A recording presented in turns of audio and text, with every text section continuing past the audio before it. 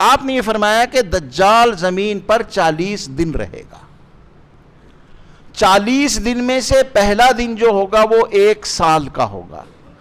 انشاءاللہ میں آئندہ ہفتے اس کی وضاحت کروں گا. اور خالص دوسرا دن 1 مہینے کے برابر ہوگا. 40 دن ہے دنیا کے اندر کل ٹوٹل. پہلا دن 1 سال کے برابر, دوسرا دن 1 ہفتے کے برابر, 1 مہینے کے برابر, تیسرا دن 1 ہفتے کے برابر. فسائر ایام, پھر اس کے بعد سائر ایامہ کا ایامنا, پھر باقی جو 37 دن بچے ہیں وہ ہمارے دنوں کی طرح ہوں گے. یہ حدیث کے الفاظ ہیں. بس اب یہ الفاظ صرف آپ یاد رکھیے گا.